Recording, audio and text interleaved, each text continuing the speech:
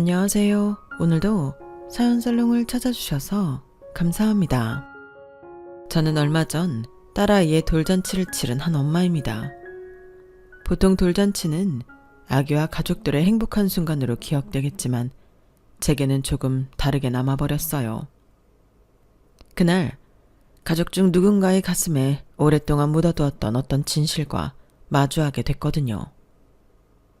살면서 어떤 사람은 자신의 과거를 지우려고 하고 또 어떤 사람은 그 과거를 소중하게 간직하며 살기도 하죠. 하지만 과거를 지운다고 해서 완전히 사라지는 건 아니더라고요. 진실은 필요한 순간이 오면 언젠가 모습을 드러내더군요. 남편과 만난 건 지인과의 술자리에서였어요. 첫인상부터 다정하고 매너 좋은 모습에 끌려서 연락처를 물어봤고 부담스럽지 않게 소소한 연락을 주고받다가 연애를 시작하게 됐죠.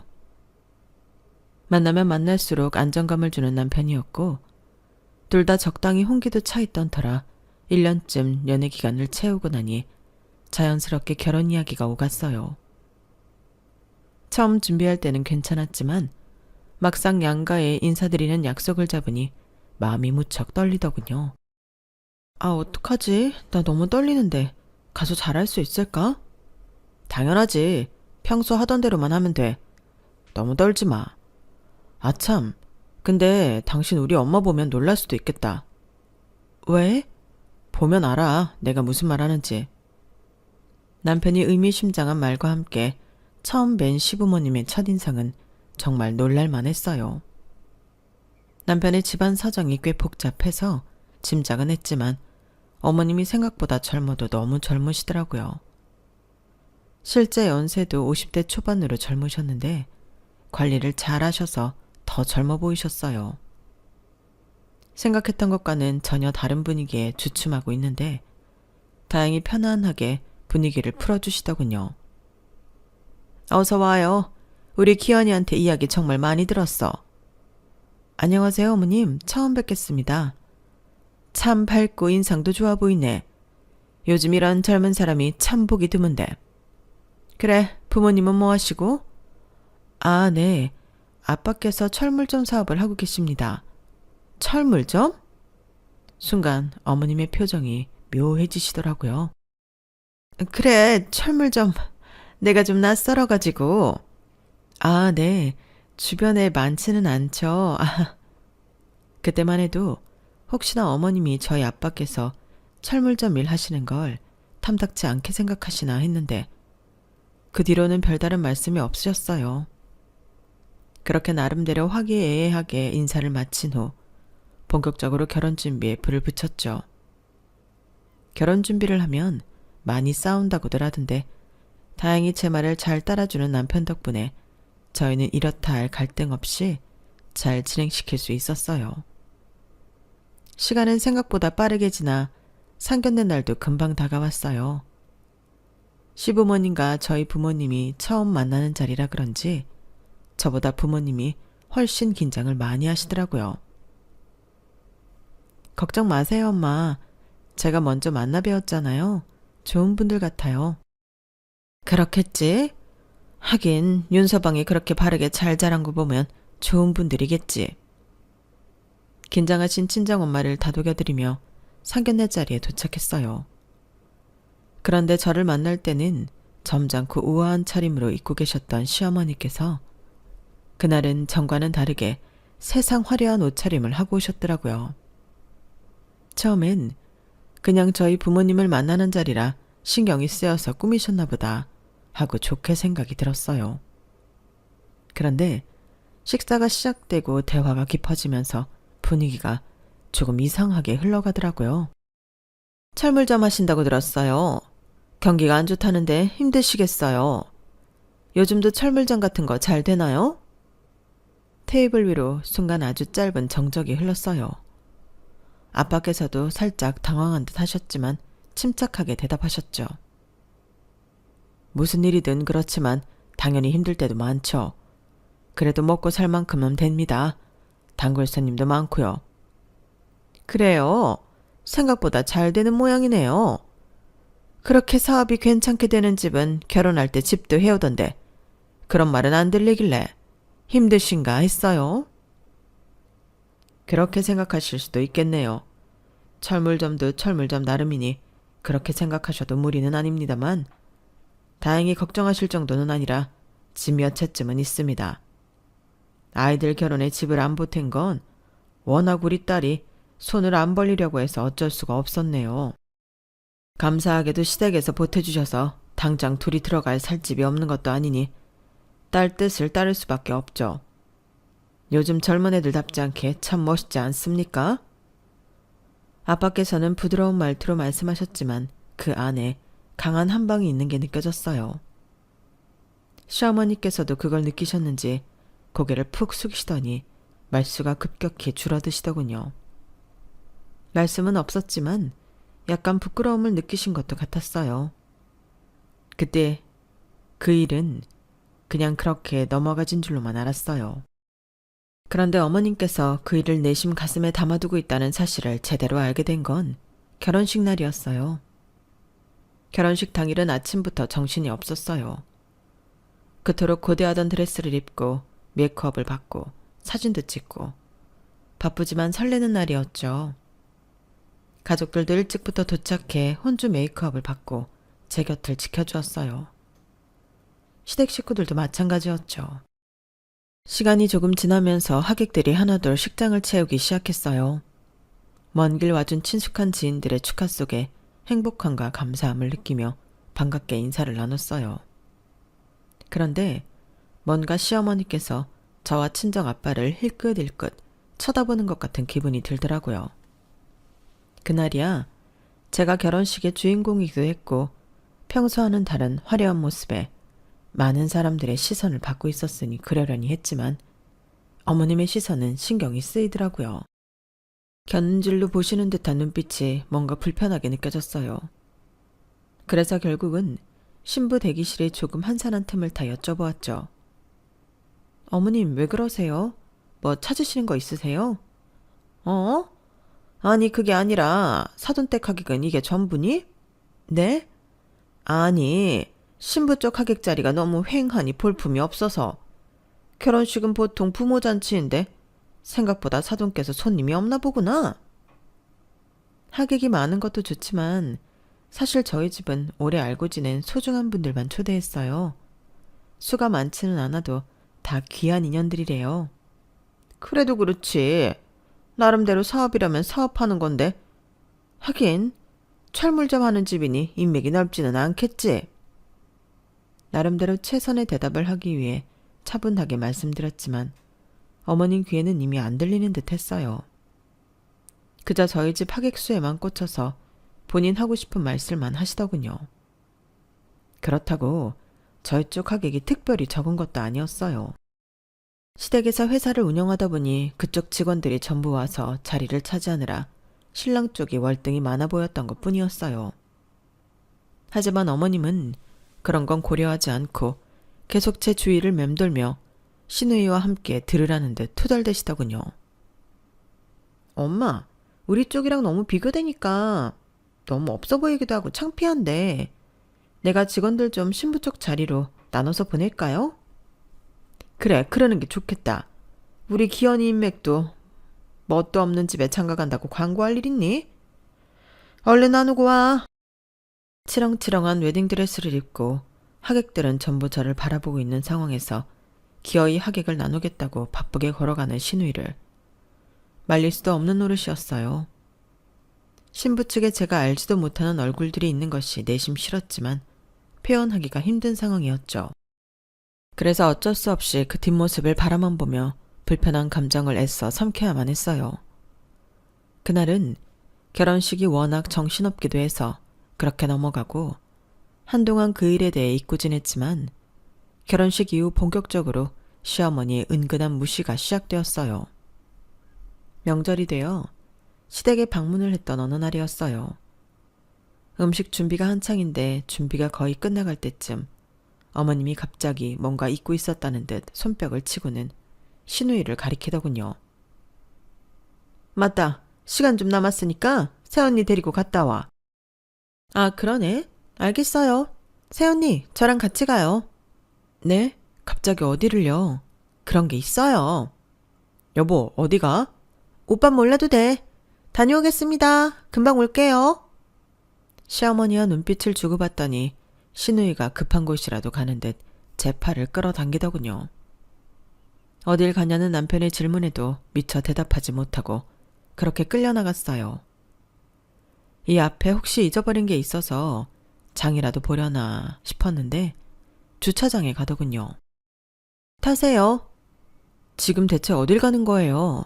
말은 해주셔야 할 거 아니에요. 어딜 가는지, 왜 이렇게 급하게 가는지요. 다른 건 아니고요. 제가 새언니한테 특별히 부탁할 게 있어서 그래요. 새언니 아니면 안 되거든요. 그렇게까지 말하니 뭔가 바로 말 못할 새언이 있는가 보다 싶었어요. 사람을 이렇게 갑자기 끌고 나온 데는 이유가 있겠지 싶어 순순히 올라탔는데 목적지는 모르고 탔어도 금방 도착할 줄 알았는데 생각보다 가는 길이 멀더군요. 더 이상 물을 수도 없는 분위기라 그렇게 가만히 있었는데 차에 올라탄 지 30분 만에 신우이는 처음 보는 신축 오피스텔 앞에 주차를 했어요. 아, 새언니는 처음 와보시겠네요. 저 자취하는 집이에요. 무슨 일이라도 있는 거예요? 갑자기 데리고 온 곳이 본인 자취방이라니 뭔가 일이 있었던 건가 싶어서 문득 걱정이 들더라고요. 친오빠인 저희 남편도 모르는 눈치인 걸로 보아 여자들끼리밖에 나눌 수 없는 고민을 갖고 있거나 도움을 요청하려고 하는 건가 싶었어요. 신우이는 대답도 없이 계단을 오르더니 집 안으로 들어가더군요. 따라 들어갔더니 갑자기 창고로 보이는 공간에 들어가 뭔가 꺼내와서 방문 앞에 펼쳐놓더군요. 이게 다 뭐예요? 신우이가 가지고 온 건 공구박스였어요. 신우이는 울상이 된 얼굴로 저를 쳐다보더니 방문을 가리키더군요. 이것 좀 보세요. 몇 달 전부터 문이 이 모양 이 꼴인데 새언니가 좀 고쳐주세요. 그제서야 보였어요. 경첩이 헐거워졌는지 문짝이 삐뚤어져 문이 닫히지 않고 덜렁거리고 있더라고요. 아가씨, 이걸 왜 저보고 고쳐달라세요? 기사를 부르셔야죠. 그러려고 했는데 생각해보니까 조금 있으면 명절이고 새언니 올 건데 돈 아깝게 기사 따로 부를 필요는 없겠더라고요. 철물점 집 딸인 새언니가 있는데 뭐하러 그런 곳에 돈 써요? 언니도 보고 자란 게 있을 텐데 이런 건 전문일 거 아니에요. 아가씨, 대체 무슨 말씀을 하시는 거예요? 철물점은 이런 경첩 같은 자재를 파는 곳이지 수리까지 해주지는 않아요. 그래도 어릴 때부터 주변에 널린 게 공고했을 텐데 이 정도 손보는 건 익숙하지 않아요? 못한다고 내숭만 떨지 마시고 그냥 시원하게 실력 한번 보여주세요. 오빠도 떼놓고 왔잖아요. 정말 기가 차서 말도 안 나오더군요. 오기 직전 시어머니와 눈짓을 주고받았던 걸 생각하면 분명 시어머니가 그렇게 하라고 부추긴 게 틀림없다는 생각이 들었어요. 어떻게 이런 발생을 할 수 있는지 화가 났죠. 아가씨도 바보가 아니시면 이거 어떻게 고쳐야 하는지는 머리로 아시겠죠? 이건 드라이버 하나로 해결할 수준이 아니고 문 전체를 들어 올려서 경첩을 다시 박아야 하는 상황이에요. 이걸 지금 아가씨랑 저랑 둘이 할 수 있다고요? 아가씨, 그럼 제가 드라이버 다루는 동안 문 혼자 들고 계실 수 있겠어요? 네? 문을 들고 있어야 한다고요? 그래요. 이런 거였으면 차라리 남편을 부르지 왜 저를 부르셨는지 의도가 참 뻔해 보여서 실망스럽네요. 어머님이 그러라고 시키셨어요? 그게 뭐가 중요해요? 그리고 새언니야 철물점 집 딸이니까 철물점에서 무슨 일 하는지 그렇게 세세하게 아는 거지. 나나 엄마 같은 사람들이 그런 걸 어떻게 알겠어요? 대충 철물점 사람들은 다 할 수 있겠거니 하지. 몰랐다고 하시니 그럼 정확히 말씀드릴게요. 철물점은 이런 거 안 해요. 가끔 간단한 건 할 때도 있지만 출장비가 따로 붙고요. 아, 그래요? 덕분에 처음 알았네요. 이제 알았으니 오늘은 이쯤하고 좀 고쳐주시죠? 가족끼리 치사하게. 분명 알아듣게끔 차분하게 말했는데 일부러 그런 건지 아가씨는 모른 척하며 더 뻔뻔하게 나오더군요.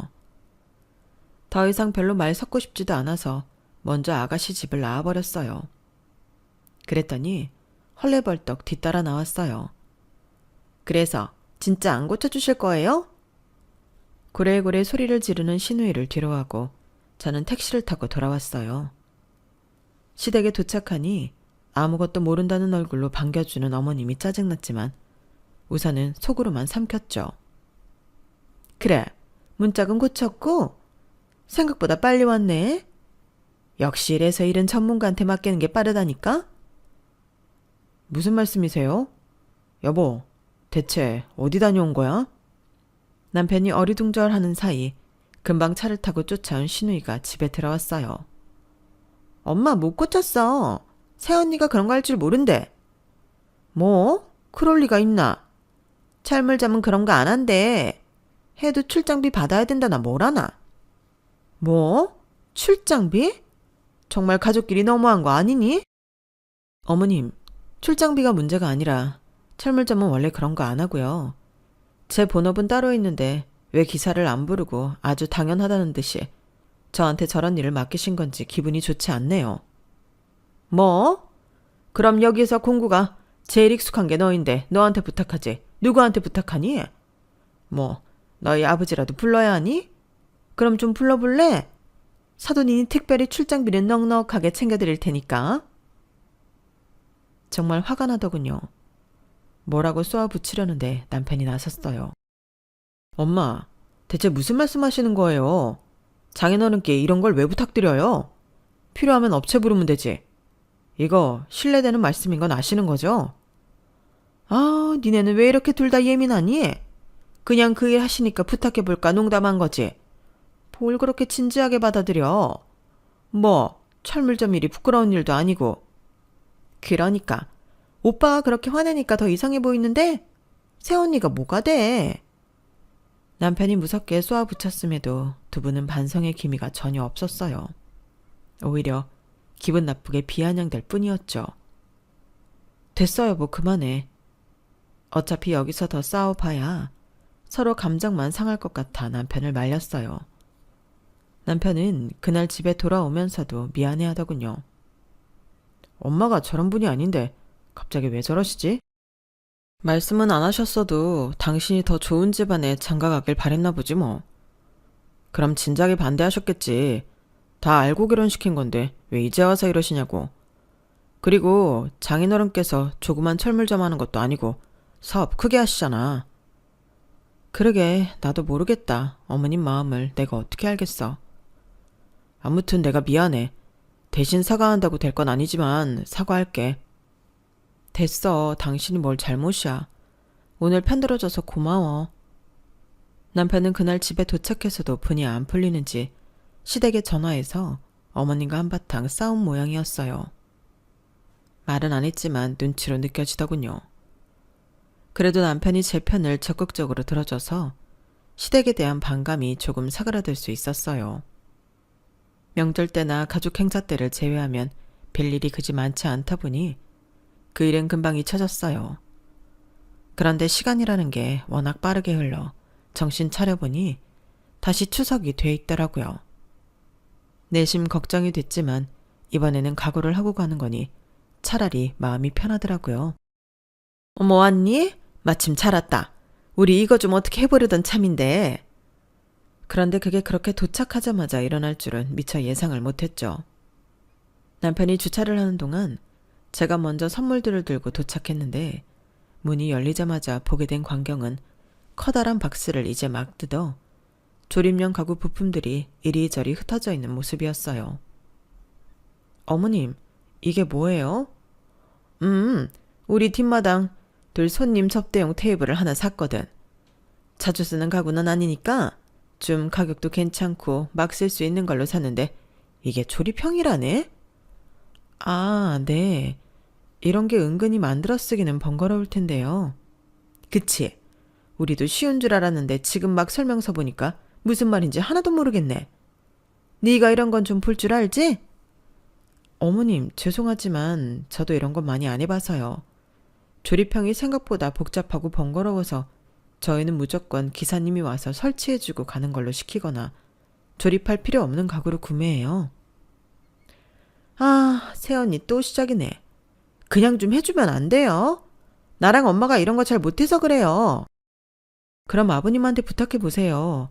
가구 같은 건 남자들이 더 잘 다루니까요. 우리 아빠 노안이 있으셔서 눈도 침침하신데 이렇게 글씨 작은 설명서를 읽으라는 거예요, 지금? 제가 분명 이런 거 잘 못한다고 지난번에 말씀드렸잖아요. 못한다는데 계속 시키시는 이유가 뭐예요? 철물점 딸이라서요? 어이가 없어서 대받아 치다 보니 입씨름이 되어 있었어요. 실랑이를 벌이고 있는데 남편이 들어왔어요. 이게 다 뭐예요? 여보, 이리 와서 이것 좀 해봐봐. 당신이 나보다는 낫겠지? 이게 뭔데? 조립형 가구래. 나보고 해달라고 하시는데 당신도 알잖아. 나 이런 거 전혀 못하는 거. 남자들이 이런 건 더 잘하니까 당신이 해봐.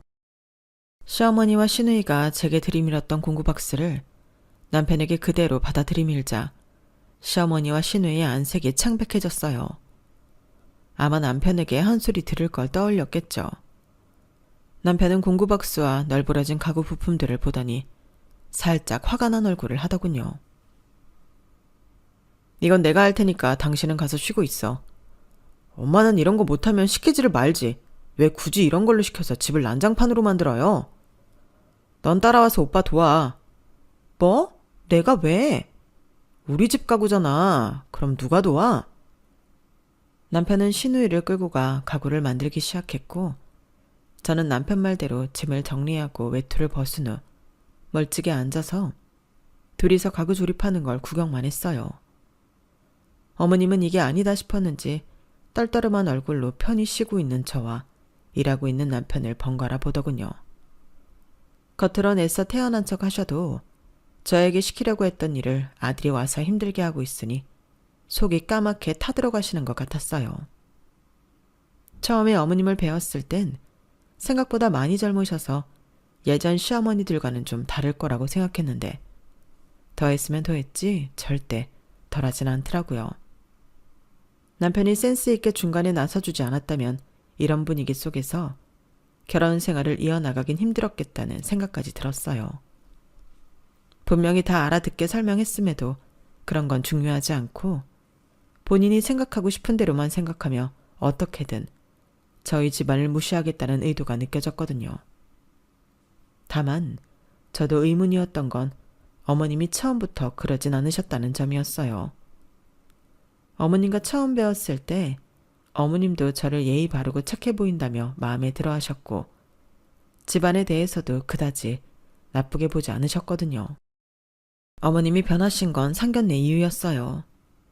어떻게 한번 집안 재력으로 자존심 세워보시려고 했던 말에 저희 아빠가 한 방을 먹이신 그날 이후부터 어머님은 묘하게 저희 집을 욕보이기 시작하셨거든요. 그렇게 짐작만 하고 있었는데 저희 사이에 딸아이가 태어나고 나서는 어머님의 그런 태도도 좀 수그러드셨어요. 온 집안의 관심이 딸애가 집중되고 나니 집안 간의 갈등이 아닌 갈등도 사라진 듯 보였죠. 아이를 낳고 나니 시간이 어찌나 빠르게 흐르던지 갑작스러운 진통에 정신없이 병원에 가 아이를 낳던 게 엊그제 같은데 벌써 돌잔치를 할 날이 다가오더군요.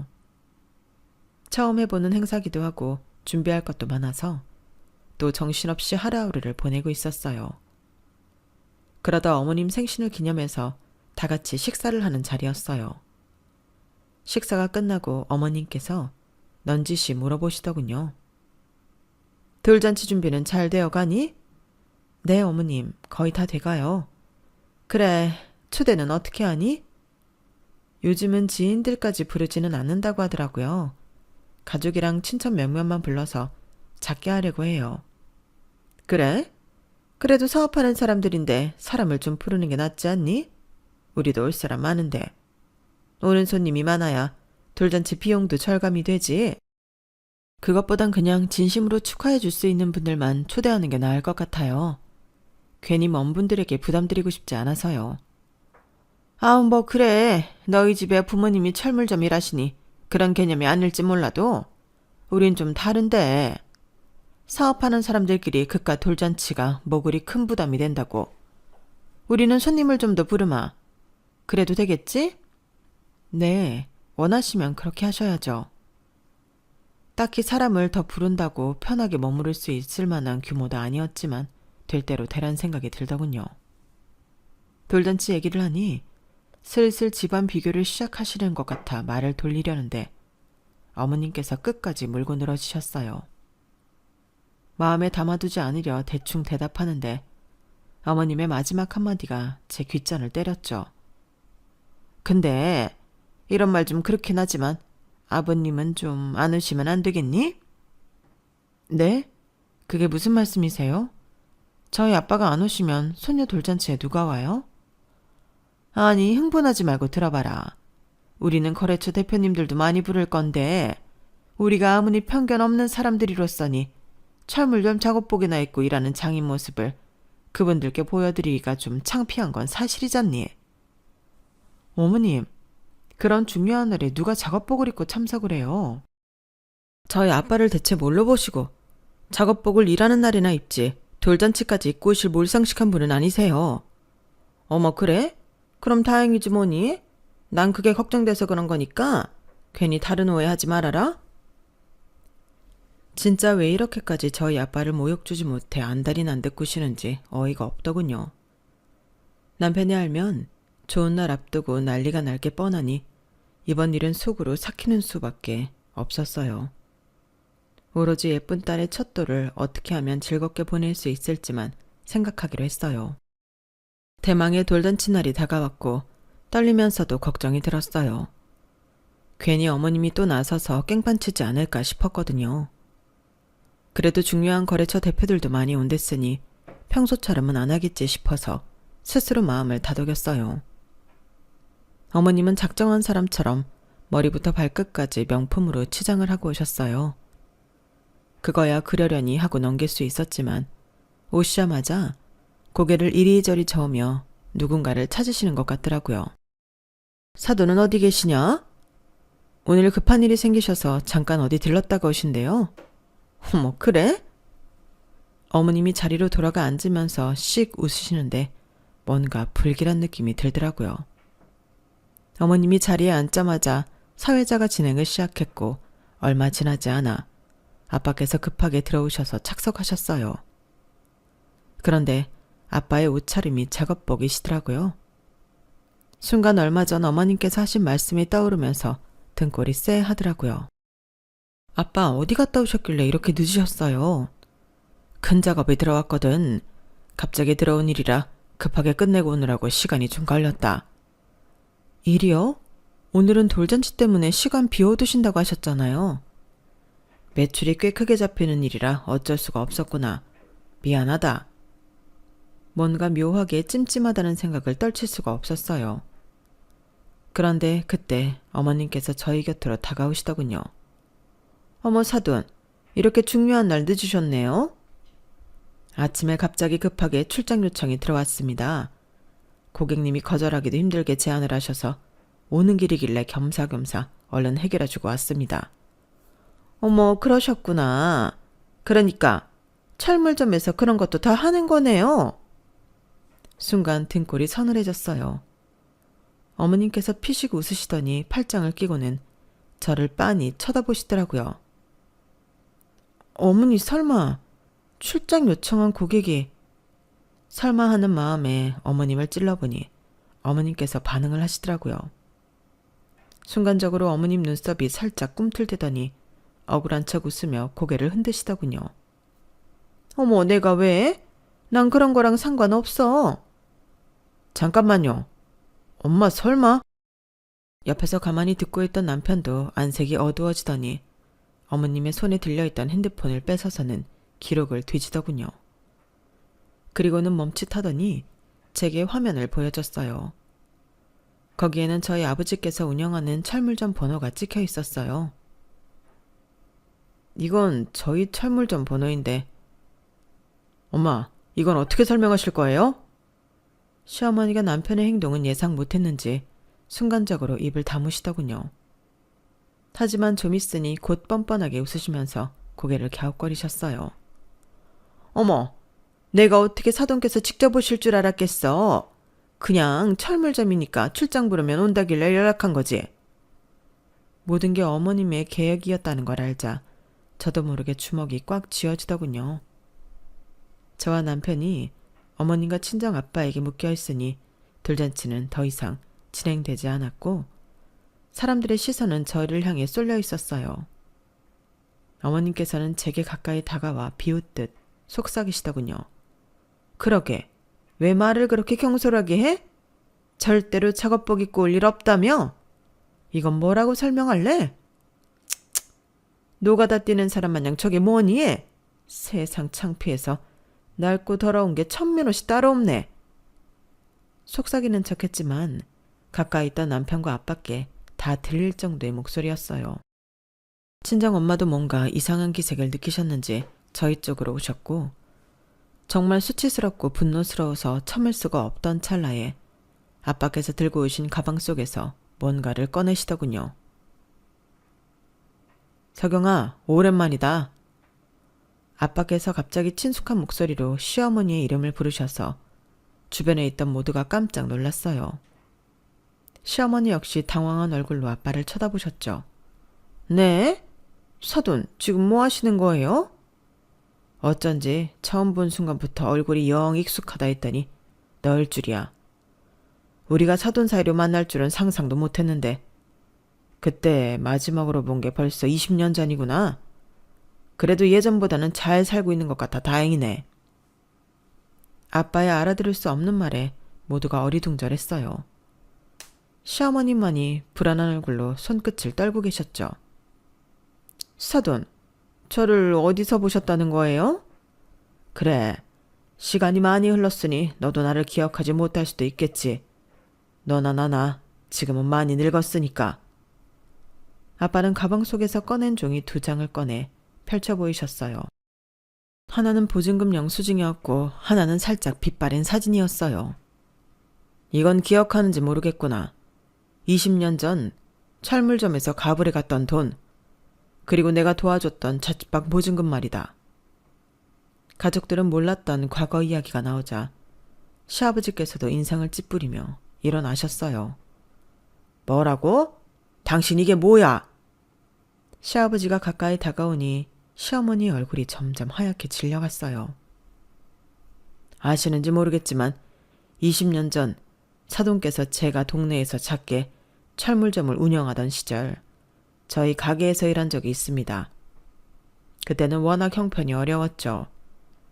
젊은 사람이 열심히 사는데 돈은 안 모이는 게 안타까워서 월급 가불도 자주 해줬고 자취방 계약금 낼 돈도 없어 쫓겨날 판이기에 제가 대신 내줬던 적이 있습니다.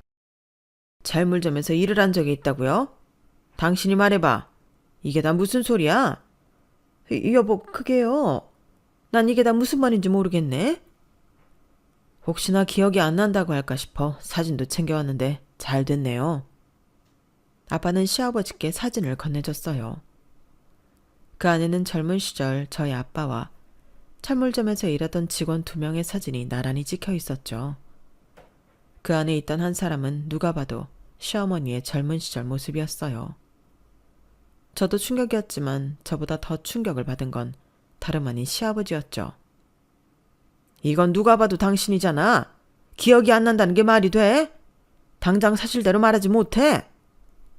남편에게 듣기를 시아버지는 엄격하고 선을 넘는 걸 정말 싫어하는 분이셨어요. 그래서 시어머니께서 평소 시아버지의 눈치를 많이 보는 편이라고도 이야기를 했었고요. 그런데 이렇게 숨겨뒀던 과거의 진실이 밝혀지니 많이 당황하신 듯 했어요. 시아버지는 화가 난 얼굴로 과거의 사진을 빤히 보시더니 지갑에서 수표 한 장을 꺼내 아빠께 건넸어요. 내가 지금까지 이런 사실에 대해서 하나도 알지 못했다는 게 부끄럽군요. 20년 전이면 시세가 많이 올랐을 테니 이자까지 계산해서 지금 시세로 갚겠습니다. 여보, 그럴 필요까지야. 시어머니가 떨리는 손으로 막으려고 하니 시아버지의 눈빛이 한결 더 차가워졌어요. 우리가 어려운 형편도 아닌데 안 갚을 이유가 있나? 게다가 당신이 한참 어려운 시절에 도움을 줬던 사람에게 이래도 되는 거야? 그래도요. 이건 나랑 사돈의 문제인데 당신까지 이렇게 나설 필요는 없어요. 네가 필요 없다고 할 자격이 있나? 여보. 시아버지는 아빠께 수표를 건넸고 아빠는 물끄러미 그 수표를 보셨어요. 고맙습니다, 사돈어른. 그런데 저는 돈이 중요한 게 아닙니다. 당시 저에겐 정말 소중하고 챙겨주고 싶은 직원이었고 나이도 어린 직원이 고생하기에 돌려받지 않을 각오는 이미 충분히 하고 빌려준 돈이었습니다. 그때 제가 속상했던 건 사정이라도 말해주고 그만두던가 했으면 되었을 텐데 제가 돈이라도 갚으라고 할까봐 두려웠는지 말 한마디 없이 잠적을 해버리는 바람에 사람을 잃었다는 생각 때문에 더 힘들었어요. 하지만 다 지난 일이고 사돈댁도 철없던 시절 이야기 지금 꺼내봐야 무엇하겠습니까? 오늘 이 사진과 영수증을 가지고 온 것도 그저 좋은 날 옛 추억을 같이 떠올리고자 위함이었어요. 그런데 사돈께서 먹고 살만해지니 이렇게 일부러 사람에게 모욕 주는 그런 사람이 되었다는 게 믿겨지지 않을 뿐입니다. 제가 원하는 건 오직 진심 어린 사과입니다. 그거면 됩니다.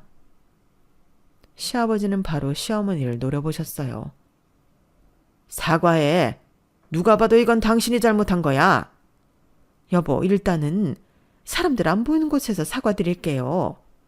지금은 보는 눈이 너무 많잖아요. 이 자리에서 당장!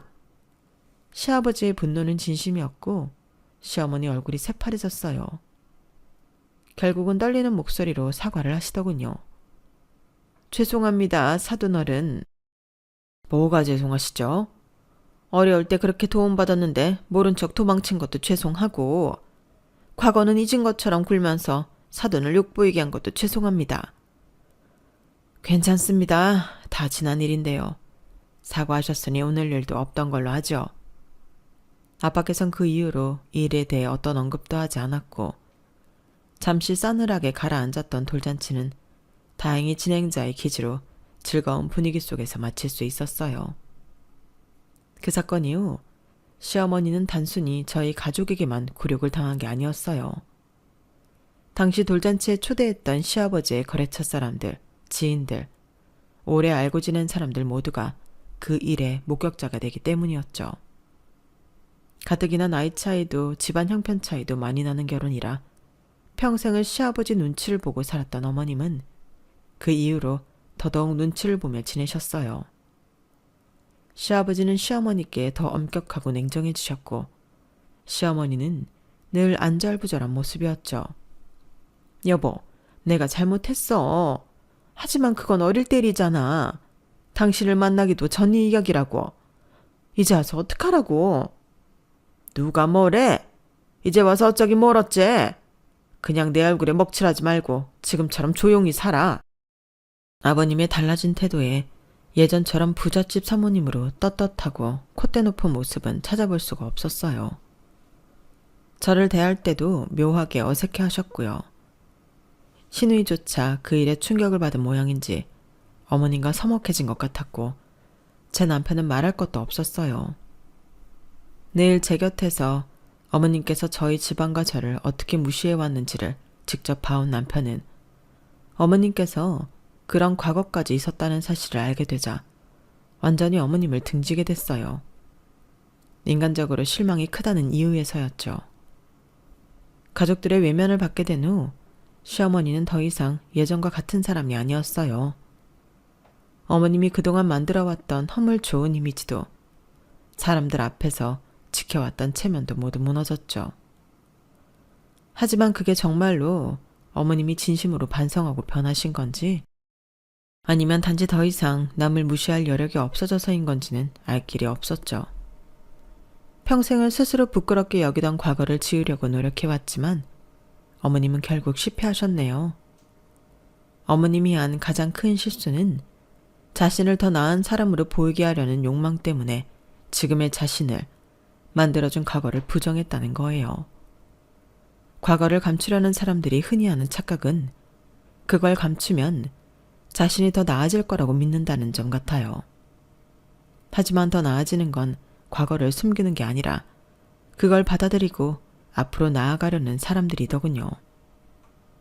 과거를 지우려던 사람의 최후는 결국 자기 자신을 스스로 지우는 것과 같다는 걸 시어머니를 통해서 깨닫게 되었네요.